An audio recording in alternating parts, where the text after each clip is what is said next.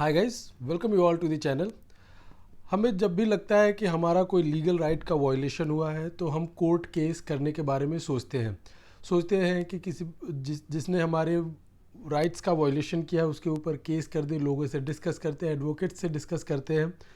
But court case करना इतना easy नहीं होता, ये काफ़ी टफ टास्क होता है। बिकॉज ये ज़रूरी नहीं है कि आपने केस कर दिया और केस आपके फेवर में आ जाए, आपके अगेंस्ट भी जा सकता है।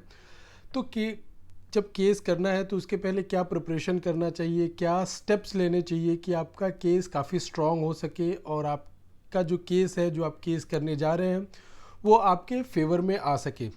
तो आज हम इसी चीज़ों पर डिस्कस करेंगे कि केस जब भी करना हो हमें तो क्या चीज़ों का, किन किन चीज़ों का हमें ध्यान रखना चाहिए, किन बातों का ध्यान रखना चाहिए जिससे कि हम केस जीत सके और केस हमारे फेवर में आ सके। तो चलिए वीडियो स्टार्ट करते हैं। वीडियो स्टार्ट करने से पहले I would like to request, अगर आपने अभी तक चैनल को सब्सक्राइब नहीं किया है तो please subscribe the channel and video को लाइक और शेयर करना ना भूलें। तो सबसे पहले देखिए, मैं ये किसी को भी, कोई अगर क्लाइंट भी आता है ऑफिस में तो मैं उसको यही सजेस्ट करता हूँ, पहले यही डिस्कस करता हूँ कि क्या केस करना ज़रूरी है। देखिए, आप ये ट्राई करें कि कोर्ट केस जो है वो ट्राई करें कि अवॉइड हो सके, नहीं हो सके। आप जिससे भी आपको प्रॉब्लम है, जिसने भी आपके राइट्स को वायलेट किया है, आप उससे डिस्कस करें। उसे डिस्कस करके अगर बात हो जाती है, चीज़ें आपके फेवर में आ जाता है या फिर जो आप चाहते हैं वो हो जाता है, तो आप पहले ये स्टेप ले लें। कोर्ट में जाने से आपको बेसिकली हैरेसमेंट होगा और बहुत सारी चीज़ें हैं, आपका पैसा जाएगा, टाइम जाएगा, मनी जाएगा, ये सारी चीज़ें जाती हैं। तो आप कोई बीच का रास्ता निकाल लें। अगर आपका फिर भी कोई ऑप्शन नहीं निकलता है, कोई बीच का रास्ता नहीं निकलता है, देन आता है कोर्ट केस करने से पहले प्लानिंग एंड प्रिपरेशन। बिकॉज ये दोनों स्टेप काफ़ी ज़रूरी होता है, काफ़ी इंपॉर्टेंट होता है। तो अगर सबसे पहले हम बात करें प्लानिंग एंड प्रिपरेशन का, तो सबसे पहले आपको देखना है कि डॉक्यूमेंट्री एविडेंस क्या है आपके पास। जी हाँ, आपके पास क्या क्या डॉक्यूमेंट्स है, क्या एविडेंस है। अगर सपोज़ आपने सिविल केस करना है या फिर प्राइवेट केस करना है तो किस बेसिस पे आपका केस स्टैंड करेगा, वो है डॉक्यूमेंट्री बेसिस पे ही स्टैंड करेगा। आपके पास क्या डॉक्यूमेंट्स है, क्या पेपर्स हैं।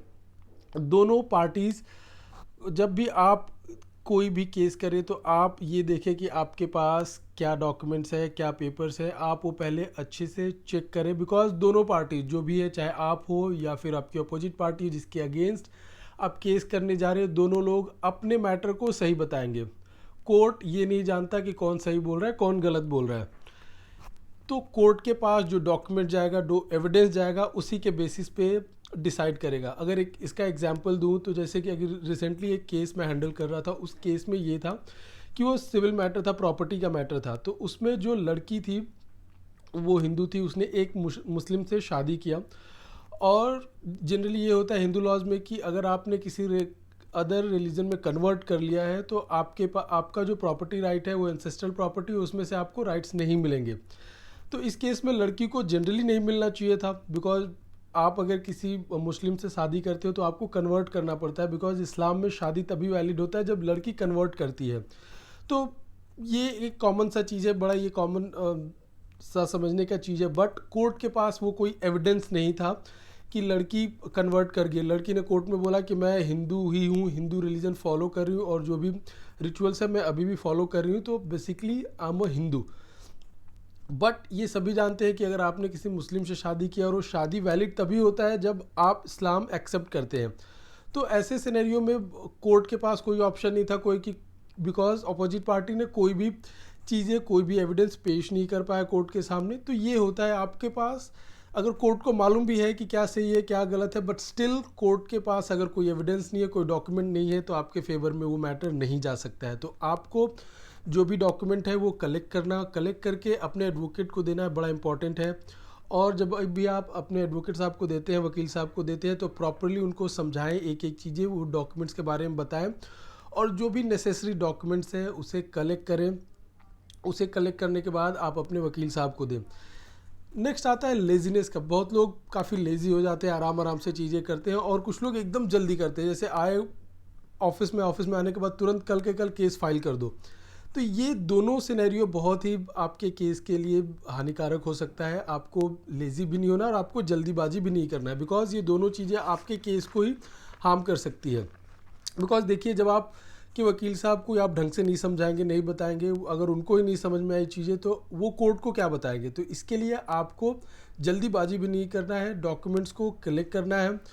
कुछ डॉक्यूमेंट्स अगर कम हो तो उससे कलेक्ट करने का कोशिश करें। सपोज़ अगर आपने किसी को कुछ पैसा दिया है तो आपको रिकवर करना है, तो आप अगर वो कल को आप केस करने जाए तो कल को बोले कि जनाब मैंने तो इनको लोन दिया था, वही पैसा इन्होंने मेरे को रिटर्न किया, तो आपको फ़ोन से, ईमेल से, मैसेज पे कोई भी ऐसा आप उससे बात करें जिससे कि वो जो कि जिससे कि एविडेंशियरी वैल्यू उसका बढ़ जाए और एविडेंस के रूप में आपके फेवर में काम करे। अगर इसको मैं एक्सप्लेन करूँ एक एग्जांपल के हेल्प से, तो अगर सपोज़ आपने किसी को 1 लाख रुपीज़ ट्रांसफ़र किया है, उसको दे दिया है, तो अब वो अगर केस कर दिया आपने उस बेसिस पे, चेक नहीं है या फिर कुछ भी ऐसा नहीं है, अगर आपने वो उस बेसिस पे केस कर दिया कि भाई मुझे ये पैसे चाहिए उसके रिगार्डिंग, तो वो सामने वाला ये भी बोल सकता है कल के डेट में कोर्ट में कि जनाब मैंने इनको लोन दिया था, वही पैसा इन्होंने रिटर्न किया। तो आप उससे बात कर सकते हैं, एक मैसेज कर सकते हैं कि जो मैंने पैसा दिया था वो कब दे रहे हो या नहीं दे रहे हो। तो ये एक एविडेंस के रूप में आपके फेवर में आ जाएगा। तो जो भी उस ट्रांजैक्शन से रिलेटेड बात होगा, अगर उसने एडमिट कर लिया तो एडमिट कर लिया कि हाँ मैंने ऐसा देना है आपको, तो वो भी एक स्ट्रॉन्ग एविडेंस आपके फेवर में बन सकता है। अगर वो एडमिट करता है तो वो एडमिट कर लेगा, तो वो एक तरीके से आपके केस में बहुत ही हेल्पफुल हो सकता है। अगर आप प्रूफ जमा करते हैं अच्छे से और वो कलेक्ट करके सारे प्रूफ आप अपने एडवोकेट को देते हैं, तो आपके केस में जीतने का चांस बहुत बढ़ जाता है। नेक्स्ट आता है ओरल एविडेंस। देखिए खाली डॉक्यूमेंट्स के बेसिस पे ही सारी चीज़ें नहीं हो सकता, कुछ कभी कभी ओरल एविडेंस भी बहुत इंपॉर्टेंट हो जाता है। यानी गवाह कुछ एविडेंस आपने तो प्रूफ कर दिए डॉक्यूमेंट से, कुछ एविडेंस आपने दे दिए डॉक्यूमेंट के थ्रू, बट कुछ ऐसी जगह होता है जिस जगह पे ओरल एविडेंस की ज़रूरत पड़ती है, यानी गवाही की ज़रूरत पड़ती है, जो कि सामने से आपका कोई हेल्प करने के लिए आए और आपके केस में आपके फेवर में वो गवाही दे, इसकी ज़रूरत पड़ती है। सपोज़ अगर आपने कोई डॉक्यूमेंट से रिलेटेड कोई केस किया, फाइल किया हुआ और वो डॉक्यूमेंट ही डिस्प्यूटेड है, तो ऐसे में क्या काम करेगा, तो जो गवाह होते हैं वो गवाह आपके फेवर में आके गवाही दें, तो ये आपके केस में बहुत हेल्प कर सकता है और आपके केस में फेवरेबल ऑर्डर भी मिल सकता है। अगर इसको एग्जांपल की सहायता से मैं आपको समझाऊं, तो सपोज़ अगर कोई आपने एग्रीमेंट बनवाया है, तो एग्रीमेंट के लास्ट पेज पे आप देखेंगे तो दो लोगों का सिग्नेचर और नाम, एड्रेस सब कुछ होता है, वो एज अ गवाह काम करते हैं। अगर कल को वो एग्रीमेंट ही डिस्प्यूटेड हो जाता है तो वो कोर्ट में आके आपके फेवर में गवाही दे सकते हैं, या फिर जो भी उस डॉक्यूमेंट से रिलेटेड है वो गवाही दे सकते हैं। तो ये एक तरीके का ओरल एविडेंस होता है, और अगर ऐसा ओरल एविडेंस आपके फेवर में देते हैं तो आप केस जीत सकते हैं, आपके मैटर में आप फेवरेबल ऑर्डर ले सकते हैं। तो ये सारी चीज़ों को भी ध्यान देना है। तो आपको केस करने से पहले जो भी गवाह थे उनसे जाके बात करना है कि वो आपके फेवर में ऑर्डर दे, आपके फेवर में वो गवाही दे।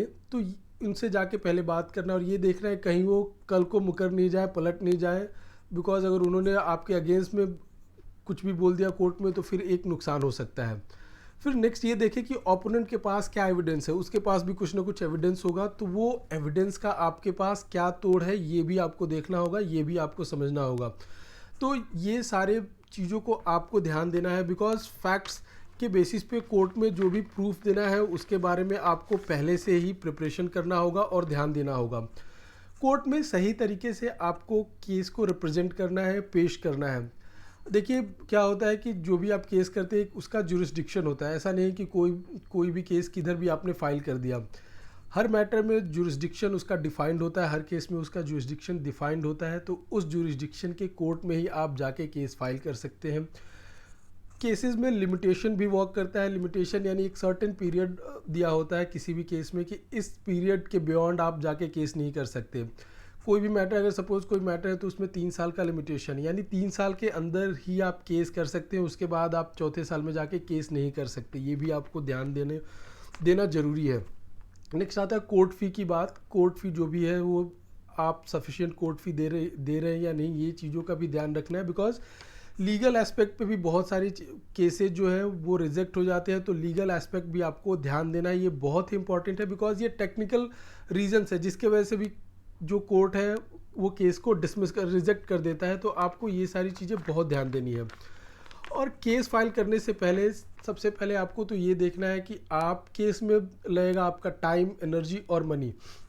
तो आप ये देखें कि आप टाइम देने के लिए अवेलेबल है या नहीं है। ऐसा नहीं है कि आपको डेली हर डेट पे आपको जाना है कोर्ट में, आपके एडवोकेट आपको रिप्रेजेंट कर सकते हैं, बट बहुत बार आपको जाना पड़ेगा। तो ये देखें कि आप टाइम दे सकते हैं या नहीं दे सकते। आपका एनर्जी जो वेस्ट होगा उसमें, तो ये देखें कि आपका एनर्जी टाइम है कि नहीं आपको इतना केस में देने के लिए। बिकॉज बहुत लोग जोश जोश में केस तो कर देते हैं, बट उसके बाद एनर्जी लेवल उनका डाउन हो जाता है। वो चाहते हैं कि जितना जल्दी केस ख़त्म हो जाए, जल्दी से जल्दी केस ख़त्म हो जाए, कैसे भी करके इस चीज़ों से बाहर आ जाओ। तो ये ध्यान देना है आपको।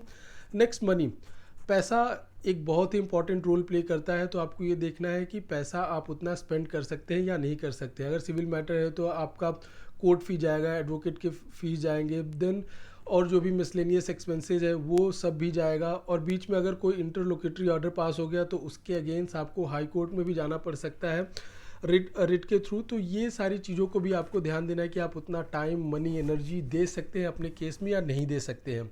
तो ये कुछ फैक्ट्स मैंने आपसे डिस्कस किया कि कोई भी केस फाइल करने से पहले आपको क्या क्या चीज़ें ध्यान देनी है। तो आई होप ये वीडियो आपको समझ में आया होगा। इस वीडियो से रिलेटेड अगर कोई भी डाउट है तो आप कमेंट सेक्शन में पूछ सकते हैं। Thank you.